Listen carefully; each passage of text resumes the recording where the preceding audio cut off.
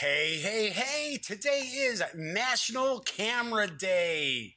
I tell you, they just pull anything out of their hats and just create a national day for something. But today is National Camera Day, so I guess I should say smile, say cheese. I guess. Anyway, the Daily Dope is in the air.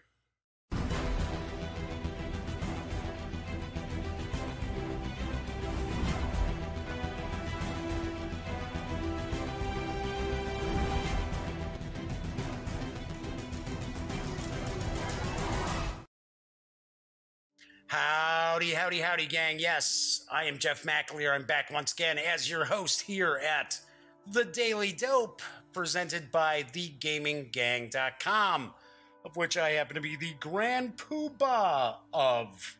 So, started the stream a few minutes ago, and all of a sudden, internet dropped. So, I mean, within seconds of just starting the show.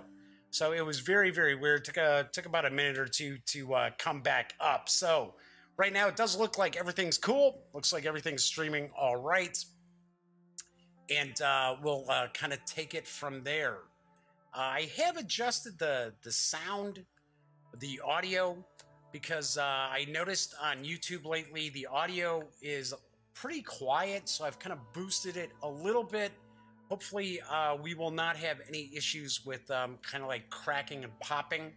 I don't think we will. So I did test the sync today. Always test the sound sync every day, and it did not seem like there was any popping or crackling, which sometimes happens if the volume's too high. Anyway, got a lot cooking today. I am going to be taking a look at a new game which I saw a little bit of at Origins Game Fair from Stronghold Games, and it is called Noria. And this game is out right now. It just recently came out. It was a release at Origins, and I'm going to be unboxing that and taking a peek at that in just a bit.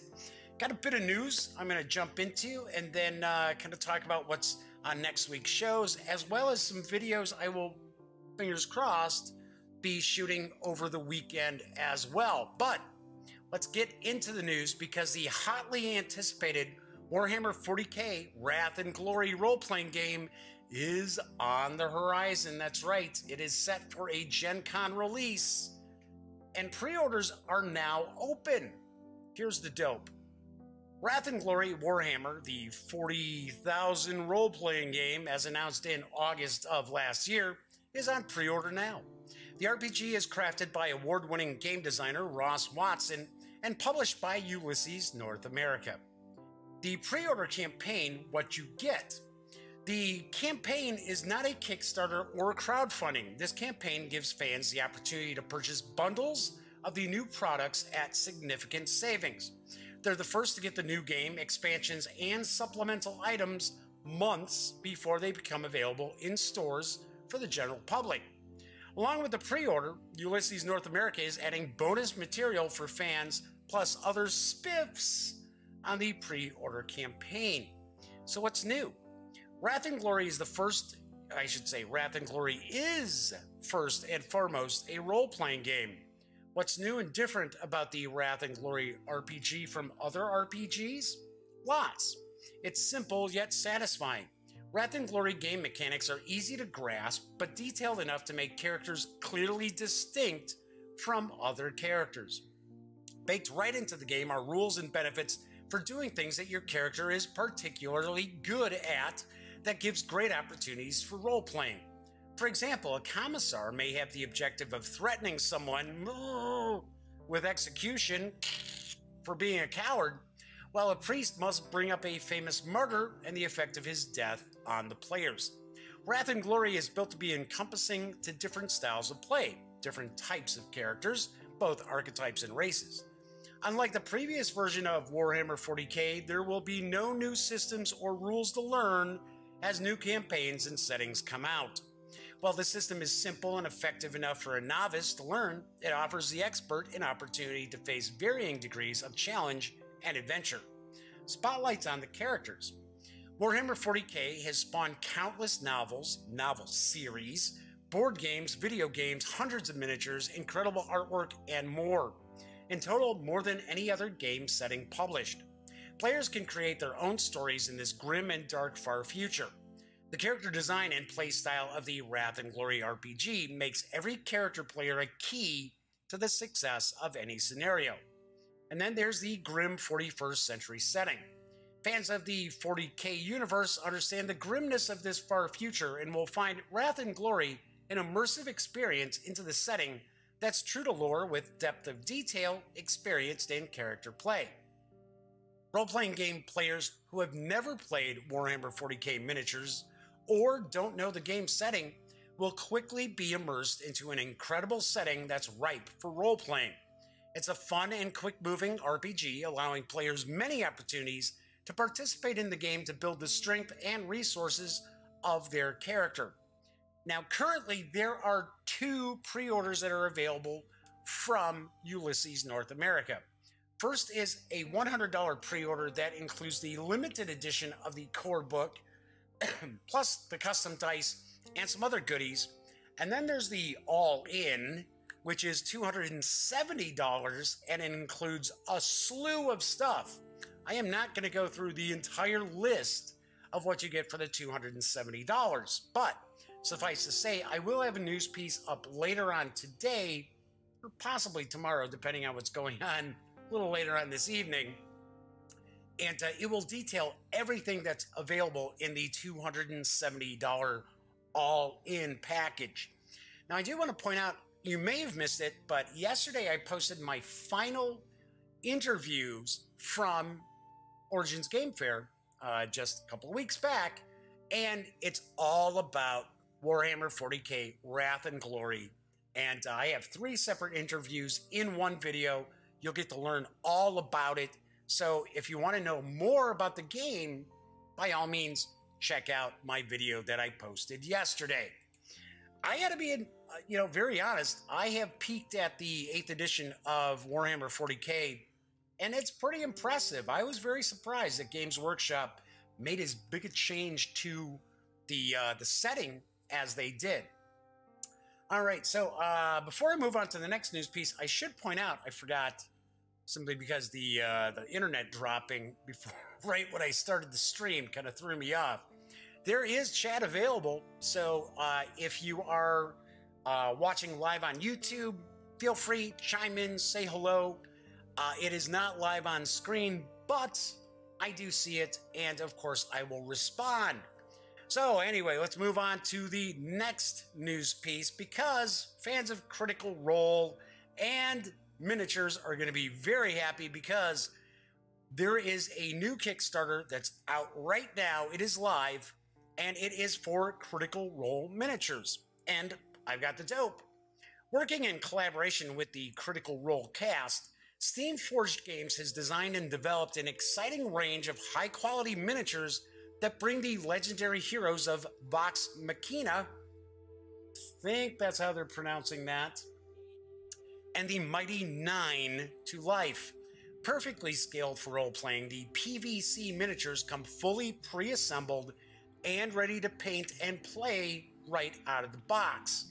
If you live under a rock, Critical Role is a weekly live-streamed role-playing game set in Exandria, which is the world created by veteran voice actor and dungeon master Matthew Mercer. Each week, Matthew leads his friends, or also fellow voice actors, on epic adventures. So, Steamforged has a quick, about a minute-long video that is hosted by Matt Mercer, and it'll show off the miniatures in a little more detail than you're probably seeing right this moment.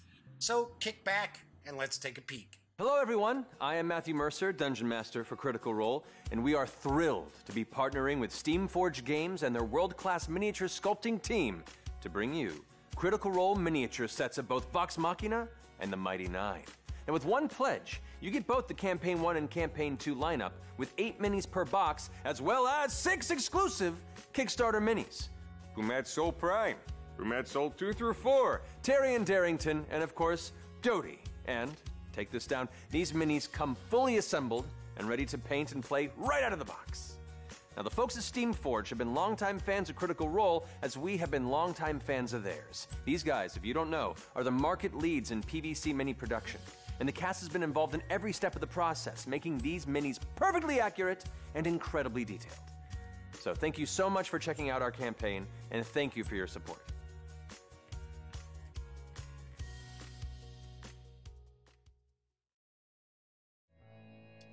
The Kickstarter project for the Critical Role minis is over 2,500% funded. Yes, you heard that right, 2,500%. Currently, you can score, I believe, 22 miniatures, and the pledge level is $59. So that's a pretty sweet deal. That is less than $3 per mini. But you got to get on board now because the project ends a week from today, July 6th. So I have to say, these miniatures look pretty cool. So I'm the first to point out I don't watch Critical Role. I don't know, for some strange reason, people have this weird idea that I hate Critical Role. I don't hate Critical Role. I just don't watch it. And I mean, if you find it entertaining in that, by all means, that's cool. Enjoy. My only thing is, if you are a game master, don't try to use that show as, the basis of how role-playing games should be. Or more importantly, if you're a player, don't look at Critical Role or the other live streams as the way, games should be done, because you're never going to duplicate that. And everybody will be disappointed. But yeah, I have no issue with Critical Role. And as I mentioned, these minis look pretty darn cool. So I do want to mention Renegade Game Studios has 2 new releases, which have hit game stores, and I've got the dope on Junk Orbit and the T-Dragon Society card game. First off, let's talk Junk Orbit. Space. The final junkyard. Good thing one planet's trash is another planet's treasure. In Junk Orbit, you're captain of your own scavenger ship, picking up space junk and transporting it to any city that will take it. Launch your junk cargo out of your airlock to propel your ship. Race to deliver your cargo as you navigate the orbits of nearby planets and moons. It's astrodynamics for fun and profit. On your turn, carry out these 3 steps. Launch junk. Choose any one junk tile in your cargo hold and move it away from your ship. Clockwise or counterclockwise, your choice, a number of spaces equal to its numeric value. If it reaches its destination city this way, you've made a remote delivery. Otherwise, it simply comes to rest after moving its full distance.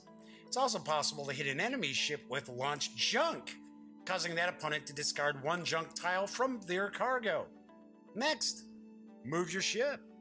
Your ship must now move the same distance that you launched junk, but in the opposite direction. When your ship reaches a transfer point between location boards, you may choose to switch orbits. If you do, your ship changes direction from clockwise to counterclockwise or vice versa as it enters the new orbit. If the space your ship lands on is the destination of a junk in your cargo, you've made a direct delivery. And then pick up junk. After moving your ship, pick up all the junk tiles present in your current city, adding them to your cargo hold. Then refill your current city with new junk from the corresponding stack. For example, if it's a Mars city, refill it from the Mars stack. Each player has their own ship with a unique ship power that breaks the rules in some way. The end of the game is triggered when a city cannot be refilled because its junk stack is empty. When this happens, every player gets 1 final turn. Then players tally the values from all of their delivered junk tiles, and whoever has the highest total wins. Junk Orbit is for 2 to 5 players, ages 10 and up, plays in 30 to 40 minutes, and does carry an MSRP of $35. While I did mention that this is out now, I do want to point out that Junk Orbit is out in select friendly local game stores. It's not out everywhere. Excuse me. It will launch for all stores on July 11th, but there are stores that do have it now. Then there is the T-Dragon Society card game. Whee! Discover the ancient art form of T-Dragon care, taking within this enchanting world of friendship and fantasy. Create a bond between yourself and your tea dragon that grows as you progress through the seasons, creating memories to share forever. This is actually based on a Oni Press graphic novel, by the way. Each player's deck represents their own tea dragon. From turn to turn, players will choose to draw a card, triggering effects and strengthening their position, or buy a card, improving their deck or scoring points. The game takes place over 4 seasons, starting in spring and ending in winter. At the end of winter, the player who has the most points is the winner. Tea Dragon Society card game is for 2 to 4 players, ages 10 and up, plays in around 30 to 60 minutes. That just seems odd that it would play that long. I don't know. I mean, it is a card game, but I don't know, 60 minutes seems kind of like a long time. And it will carry a family-friendly MSRP of $20. So there you've got a couple of new games that are out right now from Renegade Game Studios. So check them out. Now I have a little bit about something from Renegade in a few moments. Anyway, I know I'm taking a look at Noria today, but there's also an upcoming title from Stronghold Games which caught my eye at Origins Game Fair, and that is Paper Tales. And I've got the dope on not only the core game, but also an upcoming expansion. Experience 2 fantastical centuries of expansions and combat in Paper Tales. Remodel your assorted assembly of characters, units, and buildings in each period based on your developments and the age of your heroes. Write a new legend of the rightful ruler who brought unity to the rival kingdoms. In more detail, Paper Tales is a simultaneous drafting card game. Each turn, players draft 5 units that they then recruit into their kingdom, assuming that they can pay. These choices determine the player's ability to shine in battle, generate great income, construct dominant buildings, and earned legend points. There are only 4 hiring positions available during the 4 rounds of the play, but your units grow older with each turn until time takes them away. Bit of a rhyme. Build a comprehensive strategy and adapt the shape of your realm according to opportunities and restrictions, and you will make history. Also on the horizon is the first expansion for Paper Tales, Beyond the Gates. Blinded by their quest for power, kingdoms progressively break the barriers of forbidden knowledge. In occult and illicit places, necromancers and alchemists dig deeper each day toward the doors of the underworld.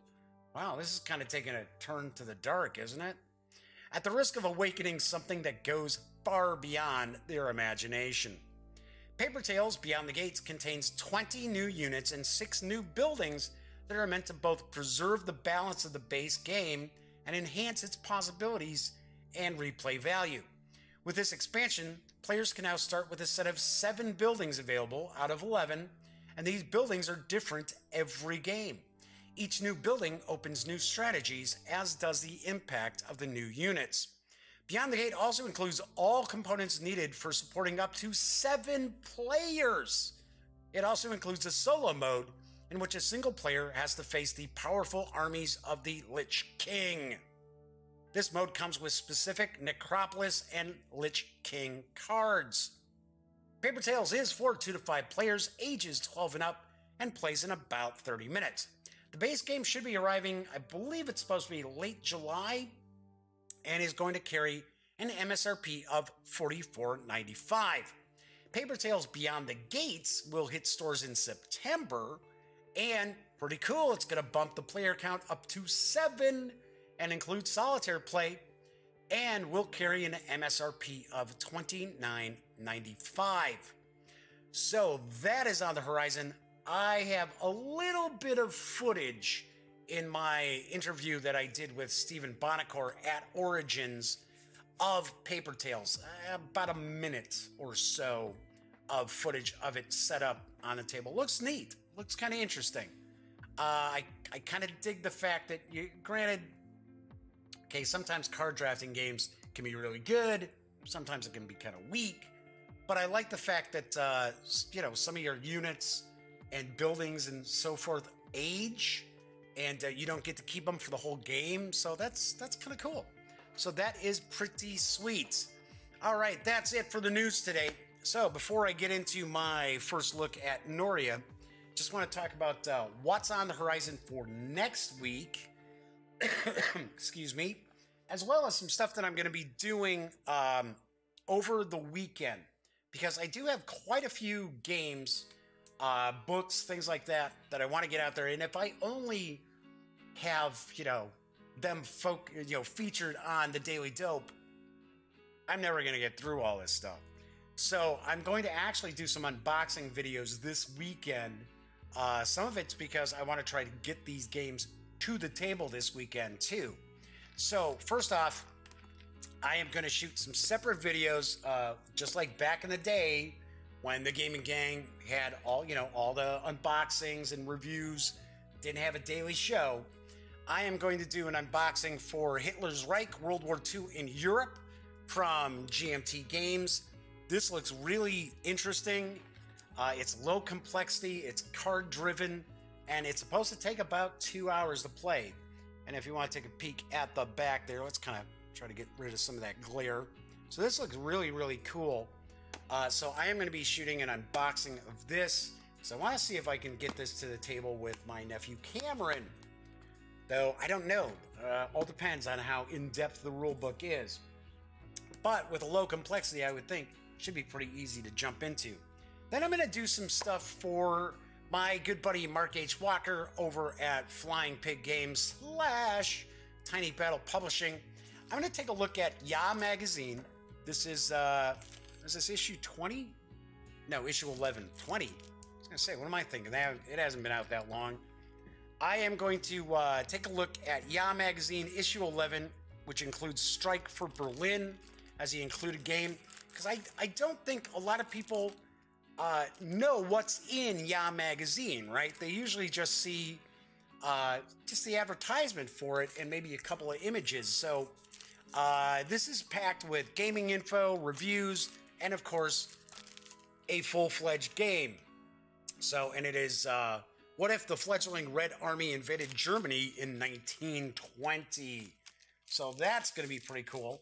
I'm also going to take a look at another item from Tiny Battle Publishing, which is Mark Walker's new role-playing game. It's kind of a light role-playing game / skirmish game, and it is Dark War. So I am going to take a peek at that. And it's actually got some standees, some cards, and it is really Mark Walker's first foray into role-playing games.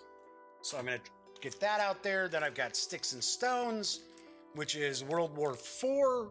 This is also from Tiny Battle Publishing. I'm going to do a bit of a video on this. And then I had mentioned I was going to say something about Renegade Game Studios. I have a copy of Raiders of the North Sea, which I keep hearing all these great things about. Sarah Erickson was kind enough to give me a review copy. I want to see if I can maybe get this played this weekend. So I am going to do an unboxing of this as well. So there you've got that, right? Okay, so I got a few things all scattered around here. So you're like, hey, that's great, Jeff. We'll have some extra videos to kind of take a peek at. So what's coming up next week? Well, first off, on Monday, I am really looking forward to checking this out. I am going to unbox and take a first look at Shifting Realms, which is from Soaring Rhino Entertainment. I'm trying to kind of tilt it down to avoid some glare so you get a nice, good look at the game here. And it is designed by Craig Van Ness, who I did interview at Origins Game Fair. I believe I should also give credit to his brother, Jeff Van Ness. He is also a designer on this. And Craig was the lead designer on Heroescape. So this one looks pretty interesting. It's got some heft to it as well. So that's going to be on Monday's show. And then, moving right along, Tuesday's show, I have Sword and Sorcery's first big expansion, and it is Arcane Portal. This is from Ares Games. We're going to take a look at that. And then on Wednesday, wow, just the hits keep coming, right? Wednesday, I'm going to review Fort Sumter, the Secession Crisis, 1860 to 1861, designed by Mark Herman, from GMT Games. And then on Thursday, and of course I brought the book upstairs because I wanted to kind of take a peek at it, I am going to take a deep dive and take a first look at Tales from the Loop from Free League, the 2017 Emmy Award-winning RPG. And the artwork looks phenomenal. So I am looking forward to checking that out. So that's what we got cooking. Real quickly, just wanted to address a couple of people that emailed asking how I'm feeling. And it wasn't just about the con crud, right? If you don't watch the show regularly, or you don't visit the gaming gang all the time, you may not realize that I had a near fatal heart attack on March 15th. So on occasion I get emails from folks asking, hey, so how you doing? How you feeling? Doing okay. I'm doing all right. So just to let everybody know, it's not like I'm, gonna run a 4-minute mile or anything like that anytime soon, but I'm doing all right. And it seems as if this con crud is almost gone. Still got a little bit in my chest, but it's almost gone. So anyway, hey, thanks for the kind how you feeling wishes or questions, I guess I should say. All right, so I am going to be taking a peek at Noria from Edition Spielweiss and Stronghold Games. It's designed by Sophia Wagner with artwork provided by Clemens Franz and Michael Menzel. The game is for 2 to 4 players, ages 12 and up, plays in about 70 to 120 minutes. Thought the 70 minutes was a little odd. Usually you'll see like 60 to 120. Game carries an MSRP of $79.95. It is available right now, so you can pick it up right this moment. I will point out that I have seen it through some online retailers for about $30 off. So, and I know people bust my chops because I say, hey, go get the best deal you can if you have to go to an online retailer. As if it's a slap in the face to your friendly local game store, and that's not it. I mean, if you have the funds that you want to pay full MSRP, that's cool. I got nothing against that. It's just don't hang me out to dry simply because I tell you, hey, you can probably find it at an online retailer for this much and save almost 50%. So, all right, let's switch on over to the other camera here. Get this all set up. Okay, there we go. So, this game has some heft. So, my understanding is this is kind of a steampunk-ish setting. It is a Eurostyle game. So, it's not going to have a ton of theme baked into it. But it's actually wheel building is the kind of genre. And as far as I understand, and Stephen Bonacore discussed this in our interview at Origins, Sophia Wagner had received almost like a grant. She'd almost kind of like, not almost, but she'd won sort of like a contest with Spiel des Jahres as far as like first-time game designers, and she actually won like a grant to get this game produced. So, of course, Stronghold Games is releasing this game in English here in North America. So, let's flip this. Yeah, you know what? It's already got a little bit of rip to it. So, let's just take the shrink off, and then we'll take a look at the back. All right, so it says, a new era is looming on the horizon. The future of Noria is right in front of you. It's up to you to guide your flourishing trading empire into prosperity. Discover flying islands, buy ships, and build factories. Invest in prestigious projects, and secure their success by passing on secret knowledge to politicians. Okay, that's a little interesting. For even above the clouds, there is still room for improvement. So, yeah, it does actually on the box. It even says 70 to 120 minutes. So that was not a misprint. Every once in a while, I'll see something that's that seems a little odd, and it turns out that yeah, it is a misprint. But then again, other times I see something that looks pretty odd, and Turns out it's not a misprint. So let me grab a quick sip here as we dive in. So here we got the wheels, and this is sort of like a plastic base, and I believe we are going to see, because I do have a little bit of footage of folks playing Noria in that Stephen Bonacore interview, and I believe we'll see kind of like cardstock rings that will go on this. Pretty sure, I'm taking a stab, that's how it's going to work. So we've got 1, 2, 3, and 4, obviously enough, because it is for 4 players. So we've got that. We've got some wooden cylinders here. So it looks like we've got white, blue, red, and yellow. Got those right there. Got some great cubes. Not a ton of them, just a few great cubes. Looks like we've got some extra baggies, so obviously we're going to have a bunch of counters. I could kind of tell we're going to have quite a few counters or tokens, what have you, simply because I seem to recall seeing quite a few of them on the table at Origins, and like I said, this box has some heft to it. So I know we're going to see, boom, look at that. All right, so we got the rules. Not exceptionally long, maybe, I'm going to take you guys maybe 14 pages. But looks like we've got lots and lots of illustrations. Game overview. I like this. What am I actually supposed to do in this game? That's good. What's going on here? What are we doing here? All right, so pretty much the same info that was on the back, the same kind of flavor text. So we're seeing the different components. Yeah, as I mentioned, loads of illustrations.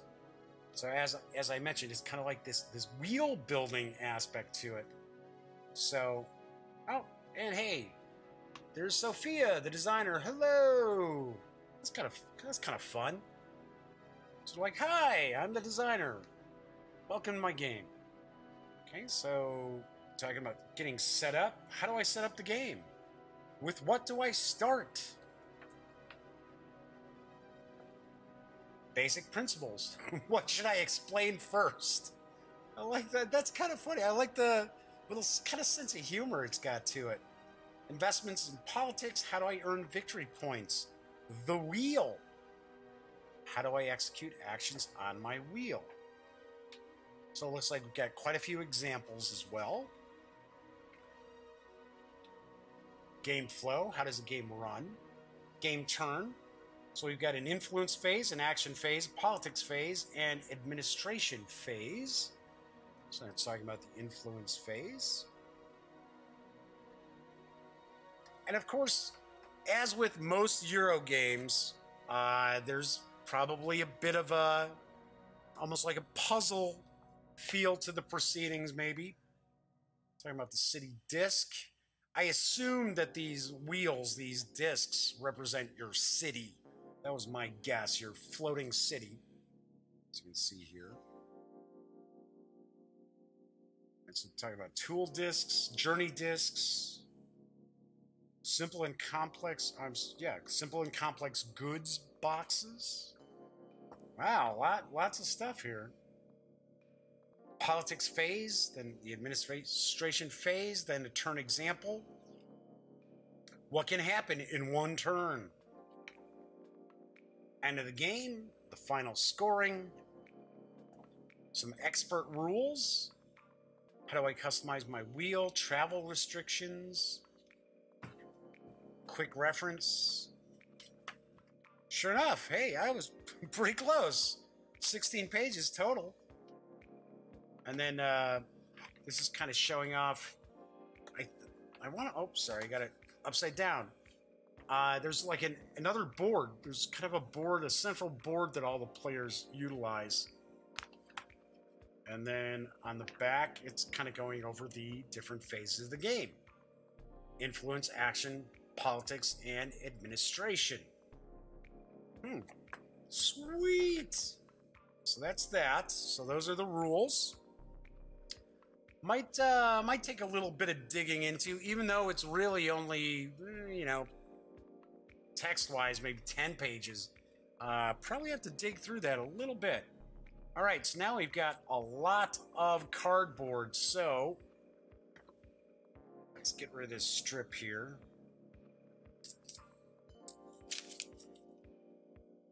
Oh, okay, so here, I'll show you. We've got this central board that I was talking about. And, oh, that's cool. Another nice touch here from Stronghold.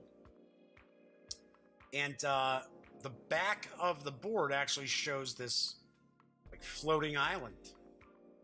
So that's pretty neat. And then this is the actual board that you're going to set between the players and everybody utilizes here. That's very nice. I was going to say, because, you know, a lot of times, and I mentioned this when I was doing my unboxing of Warsaw City of Ruins from Northstar Games. They did the same thing with their game board. You flipped it over and it showed, you know, just real nice Warsaw, blah, blah. A lot of game companies, they wouldn't even bother. They'd just say, okay, blank game board backing.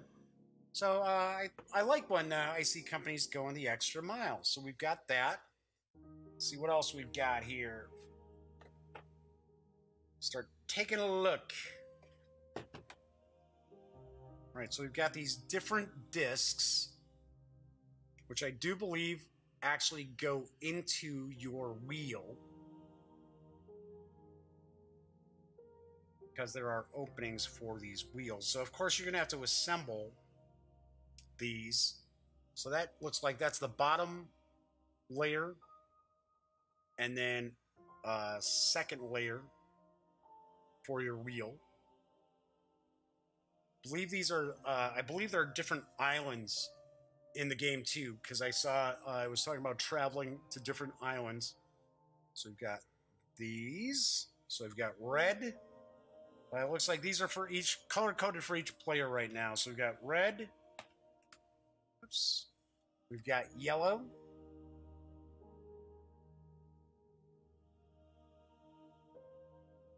This one, I don't know. That one really doesn't actually have a color sample on it here. Maybe this is white. So remember, there's those white cylinders too. Maybe that's supposed to be the white player. And then here, I don't know. It's kind of the same again. No, I'm sorry. Right here, white. This one was blue. Yeah, Jeff, take a look at these. This is showing me. So these would probably be for the blue player.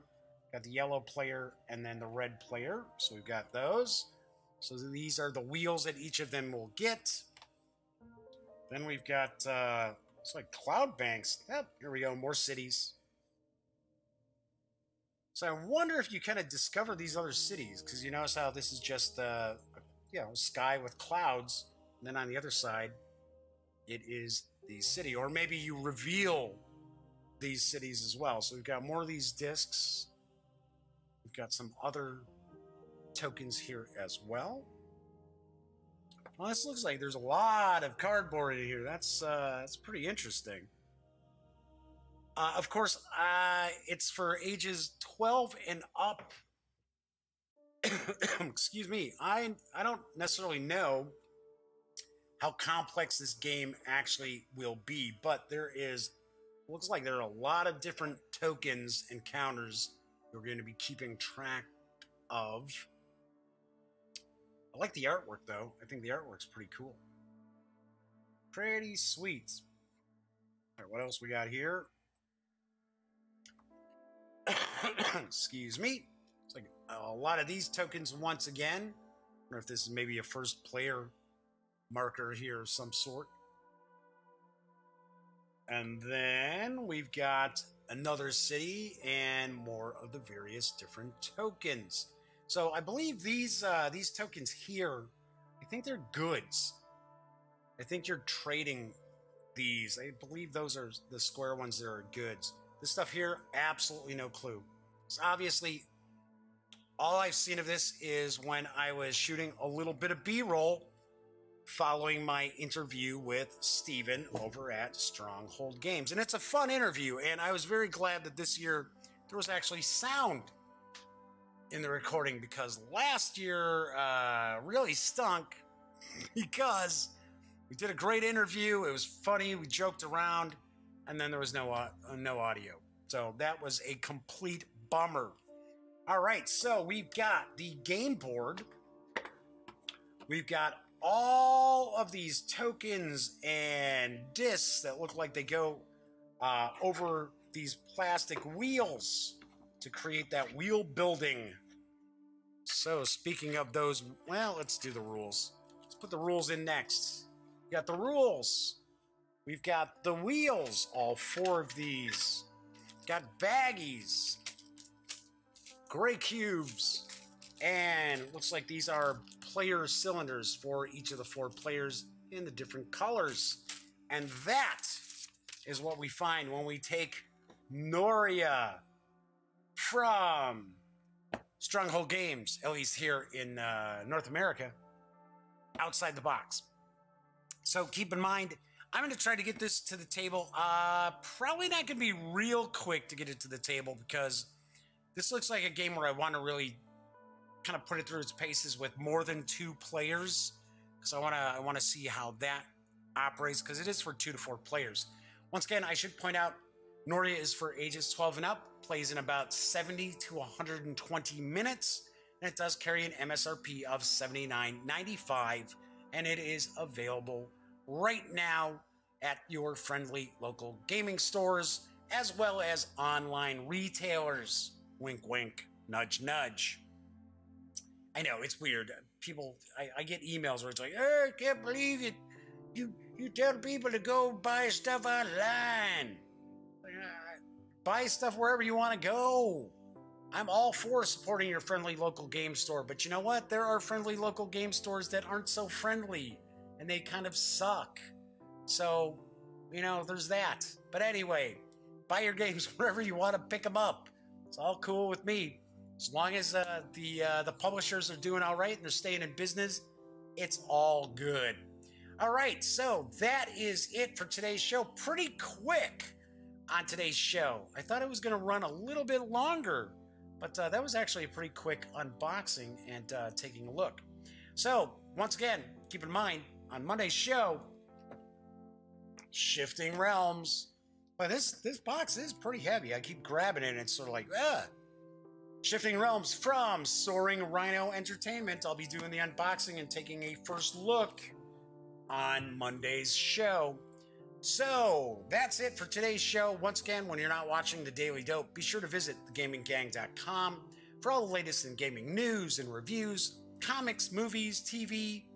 Come on, you know the drill. Get your geek on at thegaminggang.com. I will be back next month, obviously enough, since Monday's July 2nd. So, until then, have a great Friday. Enjoy the weekend. Have a wonderful weekend. Very safe weekend as well. And I will see you on Monday. And as always, thanks for watching.